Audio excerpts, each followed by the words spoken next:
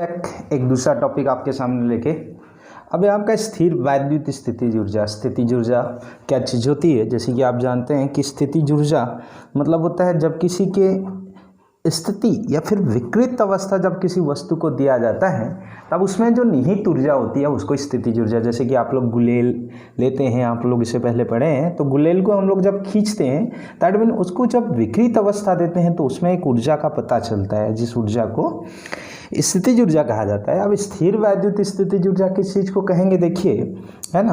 तो यहाँ पे आपका स्थिर वैद्युत स्थितिज ऊर्जा मतलब जैसे एक यहाँ पे आवेश होगा और उस आवेश को यहाँ पे पहले आवेश को लाने में मेरे को कोई काम नहीं करना पड़ेगा। जब दूसरा आवेश को मैं यहाँ पे लाऊंगा तो मेरे को इस आवेश के कारण काम करना पड़ेगा, क्योंकि दोनों में क्या होगा, रिपल्सन। तो दैट मीन वहाँ पे पता चलेगा कि हमको स्थितिज ऊर्जा क्या है। तो इस प्रकार से स्थितिज ऊर्जा का यहाँ डेफिनेशन जैसे कि आप लोग देख सकते हैं कि आवेशों के किसी विद्युत निकाय की वैद्युत स्थितिज ऊर्जा उस कार्य के बराबर होती है जो उन आवेशों को अनंत से परस्पर नजदीक लाकर निकाय की रचना करने में होता है। तो निकाय की रचना मतलब दो आवेश होगा और दोनों आवेश को जब हम पास पास लाएंगे, हालांकि जब जितना पास आएगा उसमें उतना ज़्यादा उसमें रिपल्सन होगा, तो पास लाकर और जितने में वह सामंजस्य रुकेगा तो निकाय की रचना मतलब दो चीज़ें आपस में आएंगी तो एक निकाय बनती है। तो निकाय की रचना जब करते हैं तो इसे हम लोग क्या कहते हैं, स्थिर वैद्युत स्थितिज ऊर्जा मतलब पास लाना है। तो यहाँ दो डेरिवेशन, छोटे छोटे डेरिवेशन है। पहला डेरिवेशन है कि उसको हम लोग क्या करते हैं कि आपका बिंदु आवेश दो बिंदु आवेशों के कारण स्थितिज ऊर्जा। तो दो बिंदु आवेश लेते हैं। देखिए यहाँ पे हम लोग क्या करते हैं, सबसे पहले मैं क्या करूँगा, एक आवेश को Q1 को पहले लाऊंगा। तो यहाँ पे क्या होगा, कोई ये चार्ज नहीं था तो मेरे को कोई वर्क डन नहीं करना पड़ेगा। तो सर्वप्रथम Q1 को अनंत से बिंदु A तक लाने में कोई कार्य करना नहीं पड़ता है, मतलब वहाँ पे जो W1 है वह W1 बराबर क्या हो जाता है, 0। मेरे को कोई वर्क डन नहीं करना पड़ेगा क्योंकि वहाँ कार्य नहीं है। अब मैं क्या करता हूँ, Q2 को ना अब क्या लाऊंगा आपका B तक, अनंत से, यहाँ से मैं स्टार्ट करता हूँ और B तक लाता हूँ। तो जब अनंत से उसको हम लोग B तक लाने का प्रयास करते हैं तब वहाँ पे क्या हो जाता है कि कोई वहाँ पे कार्य करना पड़ेगा, बिकॉज पहले से यहाँ पे है। तो इसके लिए मेरे को कार्य निकालना पड़ेगा। तो यहाँ पे आगे थोड़ा सा बढ़ता हूँ मैं।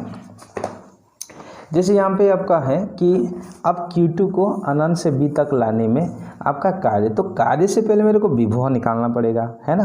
तो Q2 को B तक लाते हैं और इस स्थिति में Q1 के कारण आपका क्या होगा, विभव। तो विभव V बराबर क्या होता है, जैसे कि आप लोग यहाँ पे जानते हैं कि V बराबर 1/4 पाई एप्सिलॉन नॉट। पहले कौन था, Q1 था, और दोनों के बीच की दूरी को मैं यहाँ R12 मान लेता हूँ कि 1 से 2 हो जाएगा। अब यहाँ पे देखिए एक काम करते हैं कि Q2 को B तक लाने में किया गया कार्य, है ना। तो B तक लाने में किया गया कार्य, तो कार्य बराबर क्या होता है बताइए, है ना।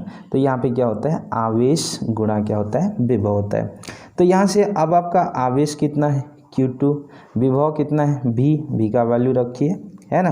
तब यहाँ पे कार्य हो जाएगा। तो यहाँ पे आपका क्या हो जाएगा, जो कार्य है वो W2 में आपका बोल सकता हूँ। तो यहाँ पे आपका क्या होगा, 1/4 पाई एप्सिलॉन नॉट, और यहाँ पे Q1 अपन R12 था विभव और इंटू Q2। तो यहाँ पे क्या हो जाएगा, 1/4 पाई एप्सिलॉन नॉट और Q1 Q2 अपन क्या हो जाएगा, R12, ये हो जाएगा। अब कुल कार्य मैं निकालूंगा, है ना। तो यहाँ पे W1 प्लस W क्या हो जाएगा, 2। अब W1 क्या हो जाता, 0 था, और W2 क्या है, 1/4 पाई एप्सिलॉन नॉट, और Q1 Q2 अपन कितना हो गया, R1 और कितना 2 यहाँ पे होगा। अब एक चीज़ देखिए, कार्य ही स्थितिज ऊर्जा होता है, कार्य ऊर्जा प्रमेय हम लोग बोलते हैं। तो कार्य स्थितिज ऊर्जा यहाँ पे कार्य ही एक तरीके से क्या होता है, स्थितिज ऊर्जा होता है। तब यहाँ U से रिप्रेजेंट करूँगा तो यहाँ पे स्थितिज ऊर्जा जो होगा 1/4 pi epsilon not Q1 Q2 अपन क्या होता है, R12। तो इस प्रकार से ये आपका क्या होगा, अभिष्ट व्यंजक, ये किसके लिए, दो बिंदु निकाय के कारण स्थितिज ऊर्जा। आगे मैं यहाँ से दो बिंदु के बाद अगर मैं इसको तीन बिंदु बोलूँ तो तीन बिंदु निकाय के कारण स्थितिज ऊर्जा, इसके लिए देखते हैं, है ना। डेरिवेशन आपके सामने है। तो सबसे पहले यहाँ पे मैं क्या करता हूँ कि 3 पॉइंट ले लेता हूँ, एक पॉइंट A, एक पॉइंट B और एक पॉइंट आपका क्या है, C। तो 3 पॉइंट ले लेता हूँ, है ना। इसमें देखिए पहले A के पास Q1 को लाऊंगा, फिर B को लाऊंगा, फिर C को लाऊंगा। तो इनका प्रभाव तो पड़ेगा, साथ ही साथ इनका भी प्रभाव पड़ेगा, इस बात को हमको ध्यान देना है। तो मान लेते हैं का कि 3 एक त्रिभुजाकार पॉइंट है ना। ए पर आपका Q1, बी पर Q2, सी पर Q3, ए और बी के बीच की दूरी R12, बी और सी के बीच की दूरी 23, आर इसके लिए आपका R13 होगा। अब Q1 को ए तक लाने में आप देखिए Q1 को जब भी मैंने कहा Q1 को ए तक लाओगे तो अब वहाँ पे कार्य क्या करना पड़ेगा, 0 करना पड़ेगा। अब Q2 को बी तक लाने में क्या गया कार्य, अब कार्य आपका W2 हो गया, वो W1 हो गया, अब W2 तो W2 कितना होगा कि Q1 के कारण विभव और गुणा क्या हो जाएगा इंटू क्या होगा Q2। अब देखिए कार्य बराबर क्या होगा, विभव गुणा आवेश, V equals to W/Q, so that W equals to V into Q। तब यहाँ Q1 के कारण यहाँ विभव निकालूंगा और Q2, तो Q1 के कारण विभव उससे पहले हम लोग निकाले थे, उस आधार पर यहाँ पे हम लोग करेंगे कि Q1 के कारण विभव जो होगा, जाहिर सी बात है कि Q1 के कारण विभव कितना होगा 1/4πε0 और कितना हो जाएगा आपका Q1 अपन क्या होगा R12 और इंटू कितना Q2, तो W2 बराबर कितना हो जाएगा 1/4πε0 और Q1 Q2 अपन कितना R12। ये दूसरा इक्वेशन मैं इसको मान सकता हूँ।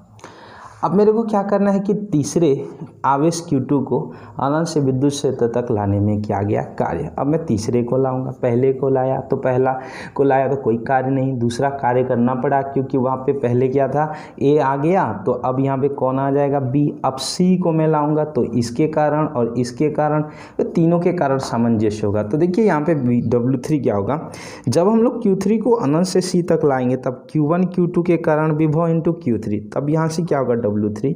Q1 के कारण विभव कितना 1/4πε0 Q1 अपन कितना R12 है ना। Q2 के कारण विभव कितना 1/4πε0 है ना।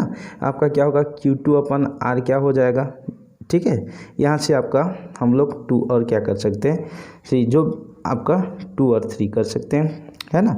अब यहाँ से आपका क्या हो जाएगा इंटू कितना हो जाएगा Q3 हो जाएगा है ना। अच्छा, इस जगह पे आप 1 3 कर सकते हैं क्योंकि आप 3 को ला रहे हैं तो 1 के सापेक्ष 3 को ला रहे हैं 2 के सापेक्ष, तो यहाँ W3 बराबर क्या होगा, अगर मैं इस Q3 को अंदर गुणा करूँ तो 1/4πε0 Q1 Q3 अपन R13, ऐसा अलग अलग गुणा कर दीजिए उसको, 1/4πε0 Q2 Q3 अपन R कितना होगा 2 3।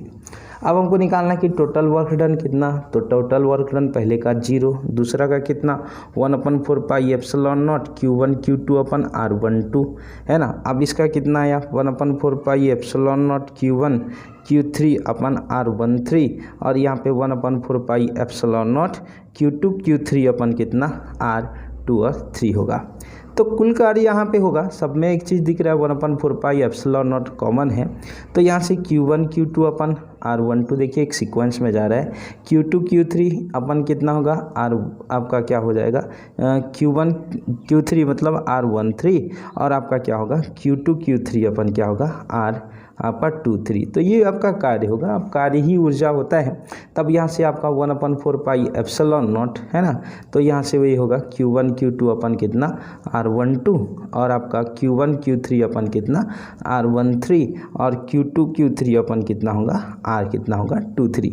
तो एक सीरीज में जाएगा। तो इसी प्रकार से मैं यहाँ पे एक nवें बिंदु के लिए आपका जो स्थितिज ऊर्जा होगा Q1 Q2 अपन यहाँ पे क्या होगा बोलने से ये भी होगा 1/4πε0 आपका क्या होगा Q1 है ना, Q2 अपन R क्या होगा 1 2। उसी प्रकार से Q1 Q3 अपन R कितना हो जाएगा 1 3, ऐसा Q2 Q3 अपन R कितना होगा 2 3। तो इस प्रकार से आपका क्या होगा डैश डैश डैश आगे आपका बढ़ जाएगा।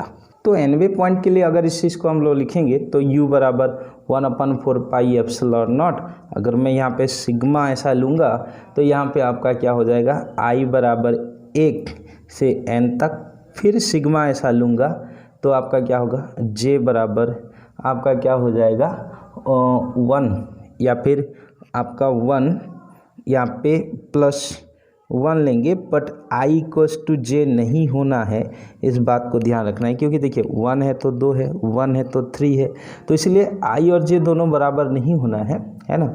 और Q कितना होगा I और J बटे कितना होगा RIJ।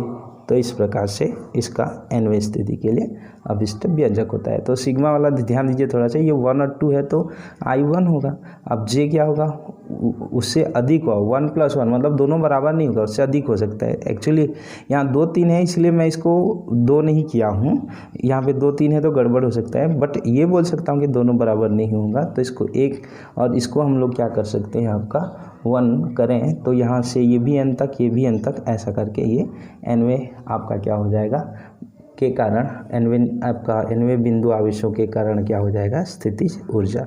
तो इस प्रकार से आपका क्या होगा, स्थितिज ऊर्जा का अभिष्ट व्यंजक। थोड़ा सा इसमें आगे और बढ़ेंगे तो यहाँ पे आता है कि एकल आवेश के कारण स्थितिज ऊर्जा, जैसे कि यहाँ पे एक आपका क्या है, पॉइंट P है। अब मैं एक काम करता हूँ कि पॉइंट P है और ये एक विद्युत क्षेत्र के अंदर है। अब मैंने एक आवेश को ना, ये आवेश है, उस आवेश को मेरे को क्या करना है, आवेश को अनंत से लाना है और अनंत से लाके कहाँ तक रखना है आपका, या P तक। तो यहाँ पे उसका जो विभव होगा, जब इस Q को यहाँ पे लाऊंगा तो विभव आपका V होगा। तो देखिए थोड़ा सा, ये एक बाह्य विद्युत क्षेत्र है, इसके विभिन्न बिंदुओं पर विभव का मान भिन्न भिन्न होगा, है ना। तब बिंदु P पर विभव V हो तो Q को अनंत से P तक लाने में किया गया कार्य, अब कार्य बराबर क्या होगा, वही आवेश Q इंटू कितना हो जाएगा, V। तो कार्य ही ऊर्जा है तो ये Q इंटू कितना कर सकते हैं, V। तो इस प्रकार से वही है, इससे पहले Q इंटू V ही आएगा। देखिए स्थितिज ऊर्जा है क्योंकि वो अब दोनों अपने अपने जगह में रहेंगे, V और आपका Q और V अपने जगह पे हैं, तब यहाँ पे क्या हो जाएगा, स्थितिज ऊर्जा आएगा। और जब कोई चीज़ गति होता है तो गतिज ऊर्जा आता है। तो देखो यहाँ पे एक चीज़ मैं थोड़ा और आगे लिखा रहा हूँ कि यदि Q को डेल V विभवांतर में चलाने पर आपका स्थितिज ऊर्जा, तो डेल V विभवांतर में चलाएंगे तो स्थितिज ऊर्जा, देखिए यहाँ पे EK, अगर मैं चलाऊंगा ना तो ये स्थितिज ऊर्जा जो U था वो आपका गतिज ऊर्जा में कन्वर्ट हो जाएगा। तो यहाँ पे Q इंटू डेल V होगा, तो यहाँ से आपका ये गतिज ऊर्जा होगा और इसका मात्रक इलेक्ट्रॉन वोल्ट। Q का, अब इस चीज़ को ऐसा, Q मतलब आवेश, आवेश को इलेक्ट्रॉन बोल सकते हैं, V को वोल्ट बोल सकते हैं। तो यहाँ पे एक डेफिनेशन 2 नंबर का क्वेश्चन पूछा जाता है कि इलेक्ट्रॉन वोल्ट क्या कहते हैं। तो 1 वोल्ट विभवांतर में, बाय द वे यहाँ पे 1 वोल्ट विभवांतर में हम लोग क्या करते हैं, एक इलेक्ट्रॉन को छोड़ देते हैं। तो त्वरित करने में इलेक्ट्रॉन क्या करेगा, घूमने लगेगा, तो उसके द्वारा अर्जित की गई ऊर्जा को एक इलेक्ट्रॉन वोल्ट बोलते हैं, है ना। तो यहाँ पे घूमेगा तो 1 इलेक्ट्रॉन वोल्ट का मान कितना होता है, 1 इलेक्ट्रॉन पर आवेश और 1 वोल्ट, 1 इलेक्ट्रॉन पर 1.6 गुणा 10 का घात ऋण 19 और 1 वोल्ट मतलब वही है। तो यहाँ पे 1.6 गुणा 10 का घात ऋण कितना होगा, 19 इलेक्ट्रॉन वोल्ट हो जाएगा, है ना। तो यहाँ से इलेक्ट्रॉन वोल्ट किसका मात्रक है बोलने से, ये देखना कार्य का मात्रक क्या होता है, इलेक्ट्रॉन वोल्ट, या ऊर्जा का मात्रक आप लोग बोल सकते हैं, ऊर्जा का मात्रक इलेक्ट्रॉन वोल्ट होता है। तो इस प्रकार से इलेक्ट्रॉन वोल्ट का डेफिनेशन पूछा जाता है कि 1 वोल्ट विभवांतर में एक इलेक्ट्रॉन को त्वरित करने पर जितना ऊर्जा आता है उसे इलेक्ट्रॉन वोल्ट कहते हैं। आशा करता हूँ वीडियो आपको समझ में आया होगा। धन्यवाद।